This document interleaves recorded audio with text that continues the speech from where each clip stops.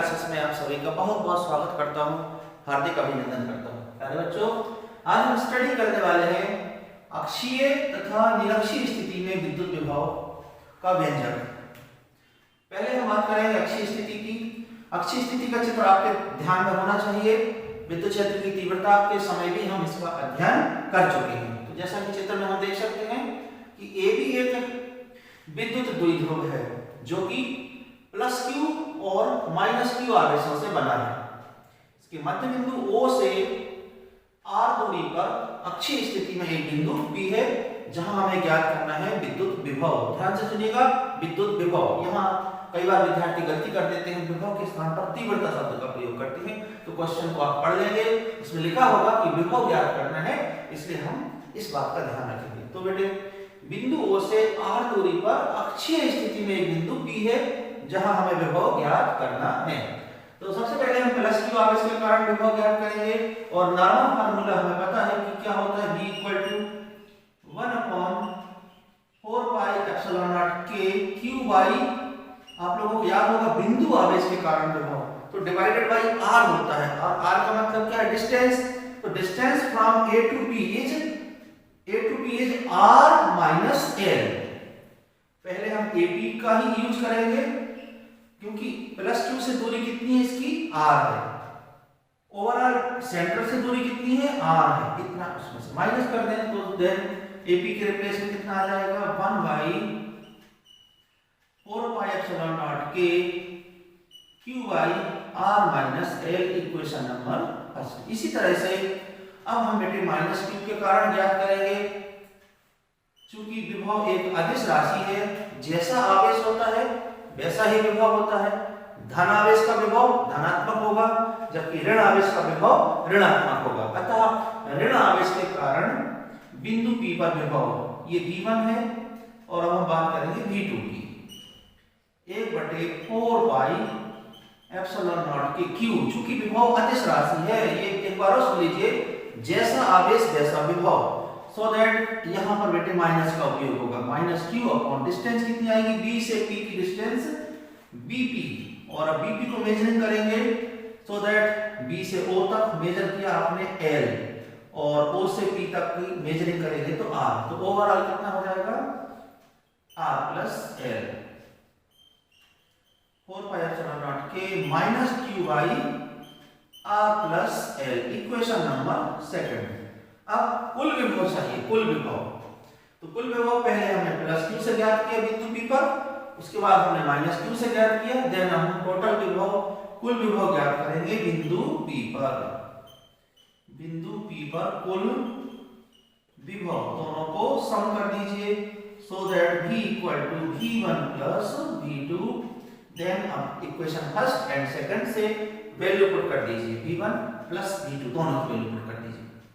1/4 pi epsilon not K Q by R minus L and plus, यहाँ plus का use होगा but एक step advance में चलेंगे आप। हमें मालूम है कि यहाँ से माइनस आने वाला है, सो बेटे इस प्लस की जगह आप ऑलरेडी माइनस का उपयोग करेंगे। 1/4 पाई epsilon not K Q by R plus L। इस तरह से ये हमने इक्वेशन फर्स्ट और सेकंड से वैल्यू पुट कर दी। अब सिंपल मैथ्स है जो कि आपको अच्छी तरह से आना चाहिए। Q कॉमन ले लेंगे और नीचे से कॉमन ले लेंगे 4 पाई एप्सिलॉन नॉट K। तो then formula become Q by, common ले लीजिए इसमें से बेटे, 4 pi epsilon not K, then अब क्या बचा, ब्रैकेट के अंदर क्या बचा बेटे, 1/R minus L and 1/R plus L। यहाँ भी अगर आप लोगों को समझ में आ जाए तो एक स्टेप हम एडवांस लेके चलते हैं। पहले मैं आपको बोल के बता देता हूं, 1/R minus L and minus 1/R plus L। LCM का यूज करेंगे, सो देन बेटे R प्लस L इधर आ जाएगा और R माइनस L इधर आ जाएगा। तो एक स्टेप एडवांस करते हैं ताकि समय की बचत हो सके।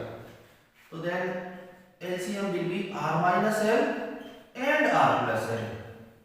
अब R प्लस L को सॉल्व करेंगे, यहाँ R प्लस L हो जाएगा, साथ में आपको दिख रहा है माइनस भी है, तो माइनस के कारण आपको ब्रैकेट का यूज करना पड़ेगा, R माइनस L। ये मैथ्स का यूज कर लिया हमने। अब माइनस साइन का अंदर मल्टीप्लाई कर दीजिए q by 4 pi epsilon not k। Bracket के अंदर आप देख सकते हैं माइनस का मल्टीप्लाई करेंगे minus r and plus l, तो l से l कैंसिल हो जाएगा, बचेगा कितना 2, l से l कैंसिल हो जाएगा। सॉरी यहाँ पर हम एक बार फिर से देखें, r प्लस l है, माइनस का मल्टीप्लाई करेंगे minus r and plus l, तो बेटे r से r कैंसिल हो जाएगा, बचेगा कितना 2l डिवाइडेड बाई, और यहाँ बेटे यूज करो फार्मूले का, तो r square minus l square. But अब आपको याद होगा विद्युत द्विध्रुव आघूर्ण, विद्युत द्विध्रुव आघूर्ण में हमें मालूम है कि p की वैल्यू कितनी होती है q into 2l, so that हम इसके रिप्लेस में लिख सकते हैं बेटा p 1/4 pi epsilon not k, और q इंटू 2l के रिप्लेस में लिख सकते हैं p, तो कुल मिला के क्या बचेगा p upon r square minus whole square, और पीछे आपको याद होगा कि विभव की जो इकाई होती है वो क्या होती है, वोल्ट होती है, तो आप यहाँ वोल्ट का यूज करेंगे। और यहाँ एक स्टेप को एक बार फिर से सॉल्व करते हैं, एलसीएम कितना आएगा r minus L and r plus L, फिर r माइनस एल से r माइनस एल कैंसिल हो जाएगा, r प्लस एल का यहाँ मल्टीप्लाई हो जाएगा, r प्लस एल से r प्लस एल कैंसिल होगा, r माइनस एल का यहाँ मल्टीप्लाई हो जाएगा।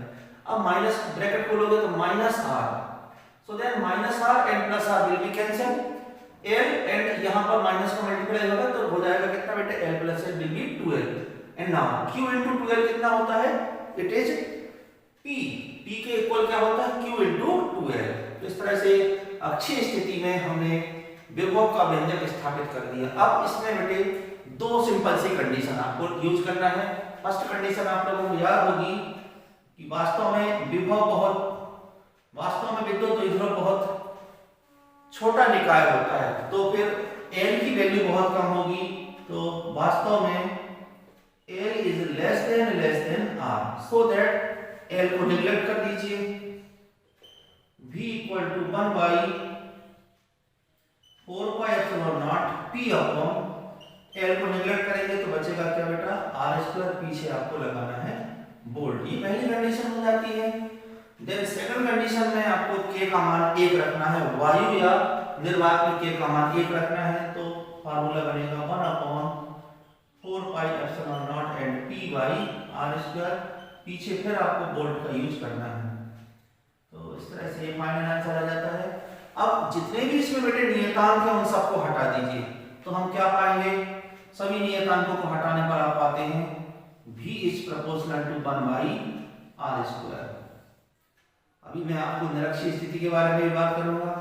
ये अक्षीय स्थिति है, निरक्षीय स्थिति में एडवांस में आप लोग सुन ले विभव का मान शून्य होता है, ये सिर्फ अक्षीय स्थिति के लिए ही सत्य है, v is proportional to 1 by r square. अर्थात एग्जाम में आ सकता है कि अक्षीय स्थिति में विभव कितना होता है, तो आपको ये याद रखना है, एमसीक्यू क्वेश्चन पे इसका मान आपसे पूछा जा सकता है। इस तरह से ये अक्षीय स्थिति पूरी हो जाती है। अब हम बात करेंगे निरक्षीय स्थिति की। अब बेटे हम बात करते हैं विद्युत द्विध्रुव की निरक्षीय स्थिति में विद्युत विभव का मान कितना होता है। तो निरक्षीय स्थिति के बारे में हम सभी जानते हैं, कहां पर होता है निरक्षीय बिंदु, लंब अर्धक पर होता है। माना कि ए भी एक विद्युत द्विध्रुव है जो कि प्लस क्यू और माइनस क्यू आवेशों से बना हुआ है, ये आपके नॉलेज में है पहले से। इसका मध्य बिंदु O है, A से O की दूरी L है, O से B की दूरी भी L है, कुल मिलाकर हो जाती है 2L। निरक्षीय बिंदु कहां होता है, ठीक लंब अर्धक पर होता है। लंब अर्धक पर एक बिंदु है, मध्य बिंदु से इसकी दूरी होती है कितनी, r होती है। सपोज कर सकते हैं r के रिप्लेस में आप x का भी यूज कर सकते हैं, this is no any type of matter. अब यहां पर सपोज करो ये बिंदु P है, बिंदु P को हम बेटे A से ज्वाइन करेंगे, A से P को ज्वाइन करा और B से P को ज्वाइन कर देते हैं, यहाँ P लिखा हुआ है। अब प्लस Q आवेश के कारण बिंदु P पर विभव ज्ञात करेंगे, साथ में माइनस Q के कारण भी ज्ञात करेंगे। चूंकि बिंदु P लंब अर्धक पर है इसलिए ये दोनों भुजाएं समान होंगी, और देख सकते हैं यह एक समकोण त्रिभुज है।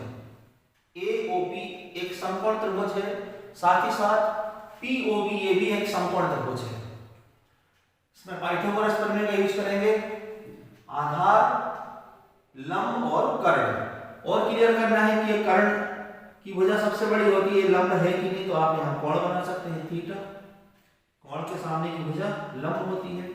अब कर्ण का मान निकालो, कर्ण पाइथागोरस प्रमेय का उपयोग करेंगे, आधार का वर्ग अर्थात l स्क्वायर प्लस लंब का स्क्वायर यानी कि r स्क्वायर, और यहाँ चलेंगे हम बराबर किसके, AP स्क्वायर के। स्क्वायर को हटाएंगे तो बेटे यहाँ रूट लग जाएगा, अर्थात AP का मान इतना निकल के आया। चूंकि ये दोनों ही भुजाएं बराबर हैं, तो जो AP का मान है वही BP का मान होगा। तो हम यहाँ क्या लिख सकते हैं, कर्णी लगाकर root of l square plus, similarly यहाँ भी लिख सकते हैं बिकॉज ये दोनों साइड्स इक्वल है। नाउ हम कैलकुलेट करते हैं विभव, पहले प्लस क्यू आवेश के कारण फिर माइनस क्यू आवेश के कारण। थोड़ी सी लैंग्वेज सुन लीजिए। माना AB एक विद्युत द्विध्रुव है जो कि प्लस क्यू और माइनस क्यू आवेशों से बना है। दोनों आवेशों के बीच की दूरी 2l है और इसके मध्य बिंदु O से निरक्षीय स्थिति में एक बिंदु P है जहां हमें विद्युत विभव ज्ञात करना है। प्लस क्यू आवेश के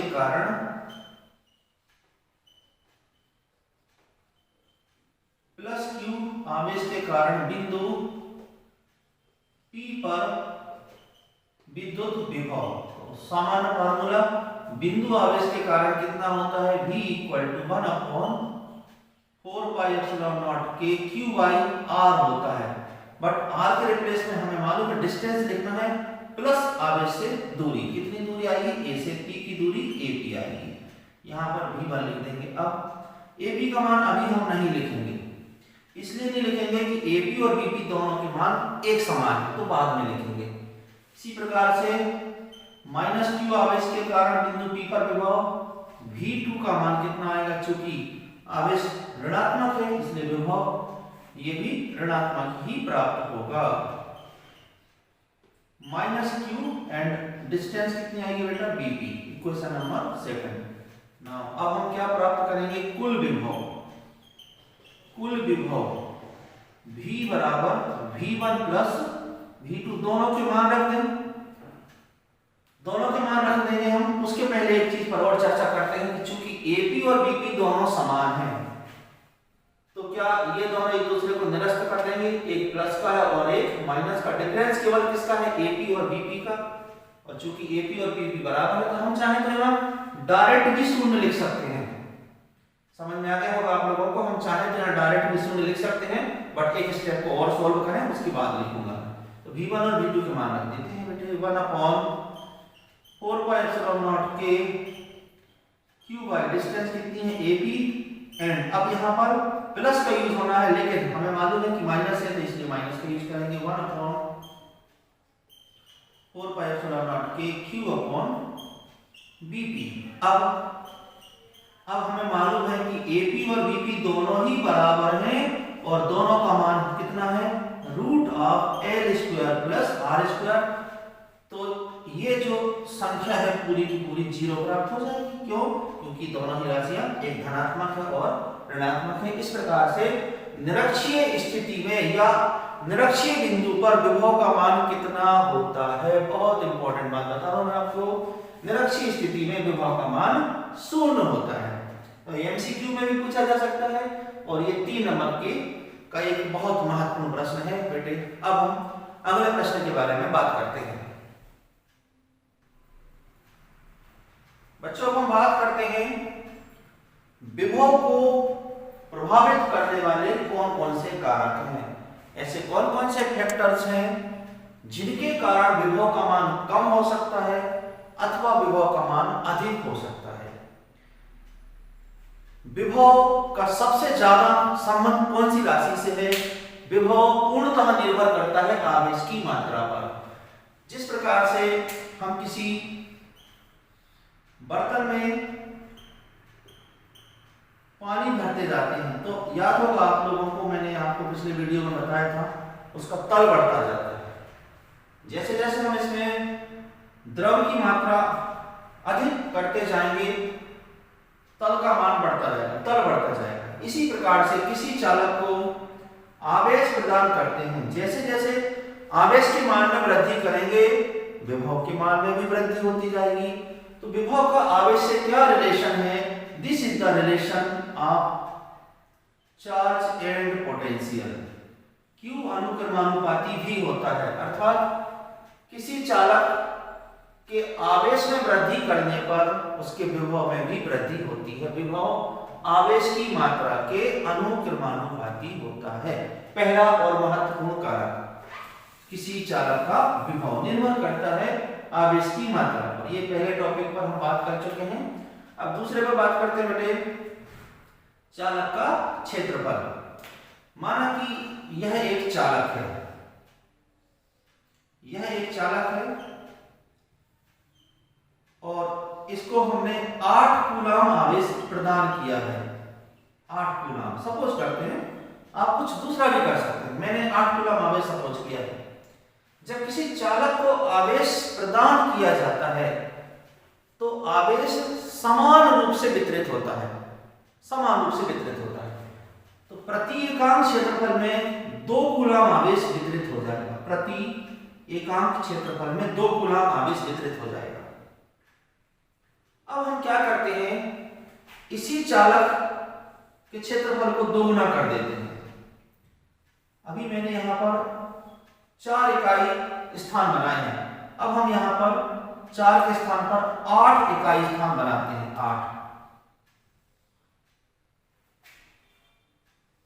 8 इकाई स्थान बना देते हैं। आवेश की मात्रा निश्चित है, हम आवेश के मान में किसी तरह से कोई वृद्धि नहीं करने वाले, क्योंकि हम पहले पढ़ चुके हैं आवेश में वृद्धि करने पर विभव के मान में वृद्धि होती है। आवेश के मान में हम कमी करेंगे तो विभव के मान में कमी होगी। किंतु हम जब एक कारक की बात करते हैं तो दूसरे कारक को नियतांक मानना पड़ता है, कांस्टेंट लेना पड़ता है। अभी हम बात कर रहे हैं चालक के क्षेत्रफल की, अर्थात क्षेत्रफल को हम कम कर सकते हैं अथवा ज्यादा कर सकते हैं। तो कहने का मतलब बेटे, आवेश के मान में किसी तरह से कोई परिवर्तन नहीं करेंगे। आवेश 8 कूलम था, अब प्रति एकांक क्षेत्रफल में समान रूप से आवेश वितरित होगा। तो कितना आवेश इसके अंदर आएगा? प्रति एकांक क्षेत्रफल में एकांक आवेश आएगा, 1 कूलम आवेश आएगा। और हम जानते हैं कि जब आवेश की मात्रा कम होती है तो विभव का मान भी कम हो जाता है। अर्थात डायरेक्ट हम बात करते हैं क्षेत्रफल की, यदि किसी चालक के क्षेत्रफल में वृद्धि कर दी जाए तो उसके विभव में कमी हो जाती है। फिर से रिपीट करता हूं मैं कि माना कि हमारे पास 8 कूलम आवेश है, एक चालक के हमने 4 बराबर बराबर भाग कर लिए। प्रति एक भाग में कितना आवेश आया? 2 कूलम आया। अब हमने आवेश की मात्रा को निश्चित रखकर और इसके क्षेत्रफल को दोगुना कर दिया। 4 के स्थान पर यहां 8 भाग हमें प्राप्त होते हैं। प्रति एक क्षेत्रफल में, एकांक क्षेत्रफल में कितना आवेश आया? 1 कूलम। कहने का मतलब है 2 कूलम से अब आवेश की मात्रा कितनी हो गई बेटे? 1 कूलम। और जब आवेश कम होता है तो विभव का मान भी कम हो जाता है। अतः सीधे बात करते हैं कि क्षेत्रफल में वृद्धि करने पर विभव के मान में कमी हो जाती है। 2 महत्वपूर्ण कारकों पर हम चर्चा कर चुके हैं। अब तीसरे कारक पर बात करते हैं। तीसरा कारक है बेटे, आवेशित चालक के निकट अनावेशित चालक की उपस्थिति। यह एक महत्वपूर्ण कारक है। आगे चल के मैं आपको संधारित्र पढ़ाऊंगा। संधारित्र की बात करेंगे तो उस समय हमें इसकी बहुत ज्यादा आवश्यकता होगी। तो माना कि यह एक आवेशित चालक है। This is a charge conductor. आवेश समान रूप से वितरित हो जाएगा। इसे हमने +2 आवेश दिया है, समान रूप से वितरित हो जाएगा। इसे कहेंगे बेटा आवेशित चालक। अब माना कि यह दूसरा चालक है, यह आवेशित चालक है, यह अनआवेशित चालक है। Charge conductor, अनचार्ज conductor. अब क्या होगा? आपको याद होगा प्रेरण की क्रिया होगी। प्रेरण की क्रिया में क्या होता है बेटे? निकट वाले भाग पर विपरीत आवेश आता है, विपरीत आवेश प्रेरित हो जाएगा। दूर वाले भाग पर समान आवेश प्रेरित होता है। और हम जानते हैं कि जैसा आवेश होता है विभव की प्रकृति भी उसी प्रकार की होती है। ऋण आवेशित वस्तु के कारण विभव ऋणात्मक होता है, धनावेशित वस्तु के कारण विभव धनात्मक होता है। तो क्या इस अनावेशित चालक के कारण चालक ए के विभव में किसी प्रकार का कोई परिवर्तन हो सकता है? विपरीत ऋण आवेश, प्रेरित ऋण आवेश चालक ए के विभव को कम करने का प्रयास करेगा, बिकॉज आवेश की प्रकृति विपरीत है। किंतु जो धन आवेश है वह क्या करेगा बेटे? वह विभव को अधिक करने का प्रयास करेगा, बढ़ाने का प्रयास करेगा, क्योंकि धन आवेश के कारण विभव का मान बढ़ता है। लेकिन इन दोनों में ज्यादा इफेक्टेड कौन होगा, ज्यादा प्रभावी कौन होगा? जो निकट है। तो निकट कौन है? ऋणावेश निकट है। इसके कारण ओवरऑल रिजल्ट की बात करते हैं तो अनावेशित चालक के कारण आवेशित चालक का विभव कम हो जाएगा। अब अगली और लास्ट कंडीशन है पराविद्युत माध्यम। इसको बेटे हम एक फार्मूले के थ्रू समझते हैं तो ज्यादा बेटर रहता है। आप लोगों को याद होगा कि बिंदु आवेश के कारण विभव का सूत्र 1/4 पाई epsilon not k and q upon r ऐसा होता है। इसमें हम q 1/4 pi epsilon not and r सभी को रिमूव कर दें तो हमें एक संबंध प्राप्त होता है v is proportional to 1/k। इसका क्या अर्थ है? इसका अर्थ है कि k का मान अधिक होने से v का मान कम होगा, क्योंकि बेटे ये व्युत्क्रमानुपाती है, अर्थात पराविद्युत माध्यम होने से विभव का मान कम हो जाता है। और अगर पराविद्युत माध्यम के स्थान पर वायु का प्रयोग करें जिसके लिए k का मान 1 होता है तो विभव का मान अधिक हो जाएगा। लेकिन पराविद्युत माध्यम k का मान अगर 2 है तो विभव का मान सीधे आधा हो जाएगा। इस तरह से विभव को प्रभावित करने वाले कुल कितने कारक हैं? 4 कारक हैं। उसमें से ये जो थर्ड नंबर का कारक है ये आगे चल के आपको काम आएगा जब हम बात करेंगे संधारित्र की। इस प्रकार से बेटे आज हमने 3 प्रश्नों का अध्ययन किया और मुझे पूरा विश्वास है कि आप सभी को मेरे द्वारा अपलोड किए गए सभी वीडियो बहुत अच्छी तरह से समझ में आ रहे होंगे। किसी तरह की कोई प्रॉब्लम्स होने पर आप कमेंट्स में लिखें। मेरे व्हाट्सएप नंबर पर भी आप मुझसे पूछ सकते हैं। किसी तरह की कोई प्रॉब्लम हो तो आप बेझिझक बात कर सकते हैं और मुझे पूरा भरोसा है कि आपकी स्टडी बहुत अच्छे से चल रही होगी। और इसी तरह से प्रतिदिन मैं आप लोगों को क्रमशः वीडियो अपलोड करता जाऊंगा। इन्हीं आशाओं के साथ आप सभी को मेरी बहुत बहुत शुभकामनाएं। जय हिंद, जय भारत।